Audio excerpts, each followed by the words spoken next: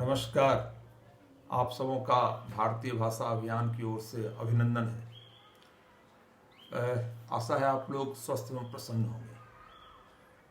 आज के संवाद का विषय है संविधान सभा में न्याय भाषा मंथन। जब यह विषय दिया गया तो हमने संविधान सभा में जो चर्चा हुई उस दस्तावेज को पढ़ा। दस्तावेज को पढ़ने से पता चलता है कि न्याय भाषा मंथन जैसा कोई महामंथन नहीं हुआ, ऐसी कोई चर्चा वहां नहीं हुई। हाँ, भाषा को लेकर के जरूर चर्चा हुई। भाषा को लेकर के जो चर्चा हुई वह 12 सितंबर से लेकर 14 सितंबर 1949 तक चली। 3 दिनों तक इस चर्चा में संविधान में एक ऐसी चर्चा हुई कि भाई न्यायपालिका की भाषा क्या हो, उसमें खासकर सर्वोच्च न्यायालय उच्च न्यायालय की भाषा क्या हो, कार्यपालिका की भाषा क्या हो, विधायिका की भाषा, संसद की भाषा क्या हो, इन सब चीजों पे चर्चा होगी। उस चर्चा को जो हम लोग गौर से पढ़ते हैं तो लगता है उसके अंदर में एक तीसरा अध्याय आया था। उस प्रारूप में सर्वोच्च न्यायालय और उच्च न्यायालय की भाषा के बारे में वहां पे प्रस्ताव रखा गया था। प्रस्ताव को अगर हम देखेंगे तो प्रस्ताव ऐसा था कि भाई सर्वोच्च न्यायालय और उच्च न्यायालय शुरू के 15 वर्षों तक अंग्रेजी में ही काम करेंगे।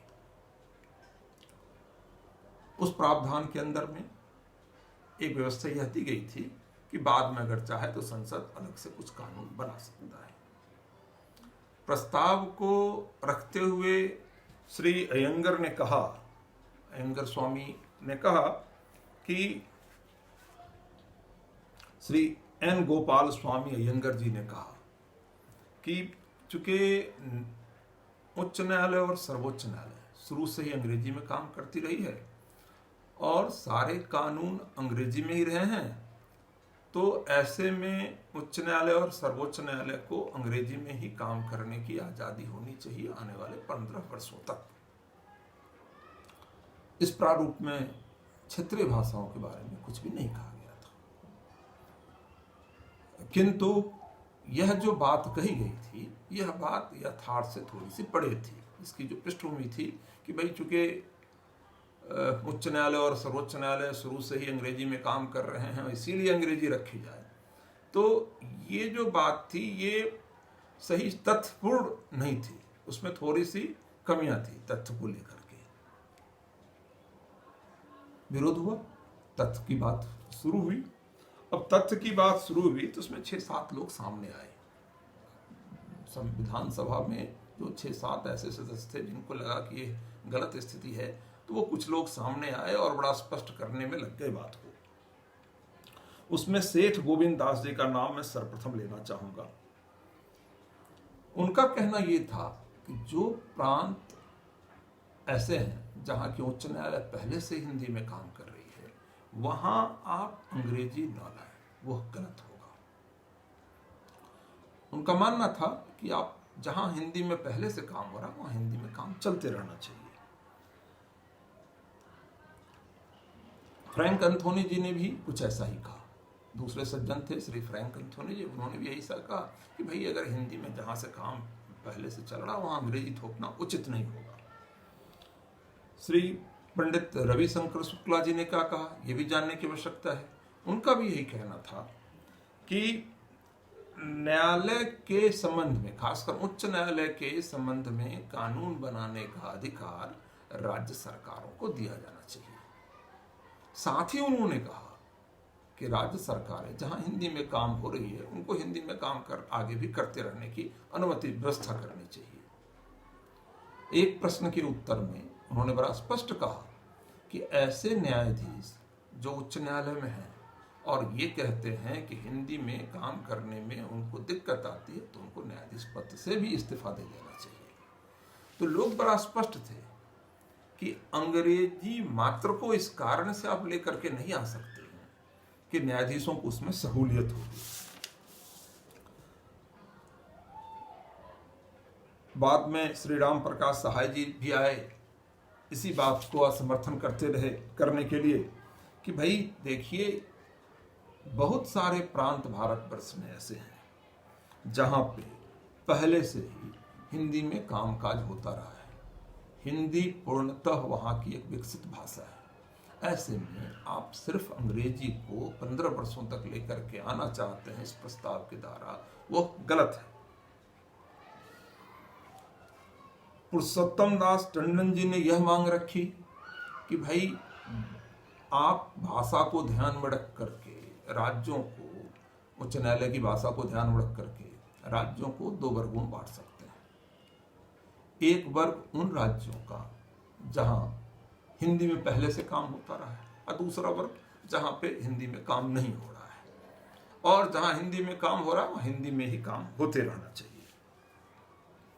वहीं मौलाना अबुल कलाम आजाद ने भी विचार रखा कि भाई नहीं, वहां आप इसको समझें, स्थिति कुछ ऐसी है कि अंग्रेजी को ही 15 वर्षों तक रखना चाहिए।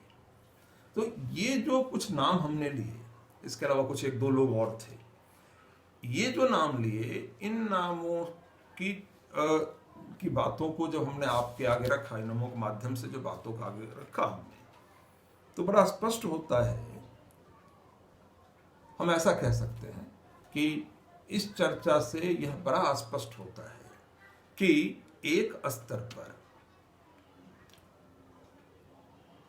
जो प्रस्ताव रखा गया संविधान सभा के अंदर में सर्वोच्च न्यायालय और उच्च न्यायालय के बहस की भाषा को लेकर के,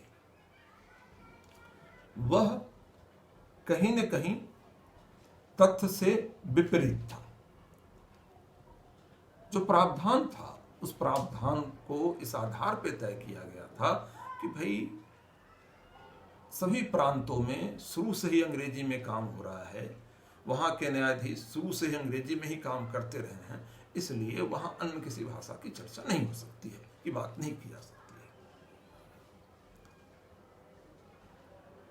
जब ये बात खुल करके आई कि यह तथ्य से पड़े है, तो एक सर्वसम्मति बनी कि भाई ऐसे में जो आसान होगा यह होगा कि हम जो प्रारूप है, जो प्रस्तावित प्रारूप है प्रावधान का, उसके अंदर में हम ऐसी व्यवस्था ला देते हैं जहां पे राज्य अगर चाहें तो अंग्रेजी के अलावा अपनी क्षेत्रीय भाषा, अधिकृत क्षेत्रीय भाषा, ऐसा कह लें, अंग्रेजी के अलावा हिंदी या अन्य अधिकृत क्षेत्रीय भाषा का प्रयोग राज्यपाल महोदय की अनुशंसा पे राष्ट्रपति की पूर्ण अनुमति से अपने उच्च न्यायालय में लागू कर सकते हैं। इस पे एक सहमति बनी, और उस सहमति के बाद जो अंतिम प्रारूप तय हुआ वो आज का प्रारूप है, जिसमें क्षेत्रीय भाषा को भी समाहित किया गया और उन भाषाओं को लागू करने का अधिकार राज्य सरकार को दे दिया गया। राज्य सरकार को इस व्यवस्था से यह अधिकार दे दिया गया कि राज्यपाल महोदय अगर चाहें तो राष्ट्रपति महोदय की पूर्वानुमति से अपने उच्च न्यायालय में हिंदी या किसी अन्य अधिकृत भाषा को लागू कर सकते हैं। यह जानने वाली बात है कि इसके अंदर में निर्णय आदेश को नहीं रखा गया। इस पूरी चर्चा को जब देखेंगे तो 2-3 चीजें ध्यान में आएगी। एक बात तो यह ध्यान में आएगी, इस चर्चा में किसी ने भी यह नहीं सोचा कि भाई ये जो न्यायालय है, चाहे वो सर्वोच्च न्यायालय हो चाहे उच्च न्यायालय हो, मूलतः आम जनता के लिए है। अगर कार्यपालिका और विधायिका अपने प्रांत की क्षेत्रीय भाषा में, अधिकृत क्षेत्रीय भाषा में काम कर सकती है, तो उच्च न्यायालय क्यों नहीं कर सकती है? पहली बात। दूसरी बात, सर्वोच्च न्यायालय भी हमारे पूरे लोकतांत्रिक व्यवस्था का, इस संघ का एक महत्वपूर्ण अंग है। आम पक्षकारों के लिए, आम जनता के लिए, तो उसकी भाषा सिर्फ अंग्रेजी क्यों? वो अन्य क्षेत्रीय भाषाओं में संसद की तरह क्यों नहीं काम कर सकते हैं? इस बात की भी कोई चर्चा नहीं होगी।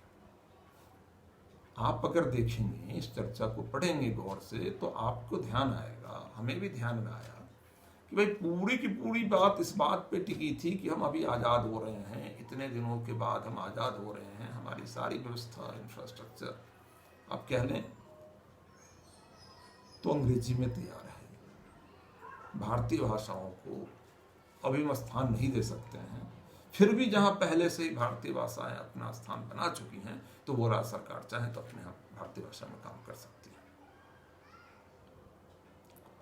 इसी पृष्ठभूमि में आज के दिन में भारतीय भाषा अभियान यह चाहती है कि इस विषय पे पुनः एक चर्चा हो। चर्चा यह हो, अगर संसद ने कानून बनाने के समय में कानून के अंदर ही एक ऐसी स्थिति छोड़ दी कि 15 वर्ष के बाद कानून बन सकते हैं, कानून में बदलाव आ सकता है, तो 73 वर्ष पड़ सके। अब तो अगर 50 से देखें 2020 में हम लोग खड़े हैं, 70 वर्ष बीत गए। तो इन 70 वर्षों के बाद भी हम कानून में उचित परिवर्तन ला करके भारत के सर्वोच्च न्यायालय और उच्च न्यायालय में वहां की क्षेत्रीय भाषाओं को स्थान नहीं दे पाए, इसका क्या कारण है? क्या हम ये नहीं मानते कि भारतीय न्यायालय, चाहे वो सर्वोच्च न्यायालय हो, चाहे उच्च न्यायालय हो, चाहे निचली अदालतें हो, आम जनता के लिए, आम पक्षकारों के लिए, वो आम पक्षकार अगर उसको न्याय प्रक्रिया की भाषा समझ में नहीं आएगी तो क्या हम ऐसा नहीं समझते हैं कि एक स्तर पर अन्याय है? हमें इस पर विचार करने की आवश्यकता है। हम जब इस विषय को लेकर के भारत के कोने कोने में जाते हैं तो वहां हमें लगातार समर्थन और आशीर्वाद मिलता है। भारत के माननीय राष्ट्रपति महोदय ने भी कहा है बार बार कि उच्च न्यायालय को चाहिए कि वहां क्षेत्रीय भाषाओं में अपने आदेशों को पारित करें। लेकिन अपने सर्वोच्च न्यायालय ने भी अपने निर्णय को 9 भारतीय भाषाओं में अनुवाद करना प्रारंभ किया है। आशा है कि आने वाले समय में भारतवर्ष के सभी उच्च न्यायालय एवं सर्वोच्च न्यायालय जनता के हित को ध्यान में रखते हुए, पक्षकारों के हित को ध्यान में रखते हुए उनकी क्षेत्रीय भाषाओं में काम कर सकेगी और उनको संपूर्ण न्याय मिल सकेगा। आप लोगों ने हमें सुना धैर्यपूर्वक, इसके लिए बहुत बहुत धन्यवाद। भारत माता की जय।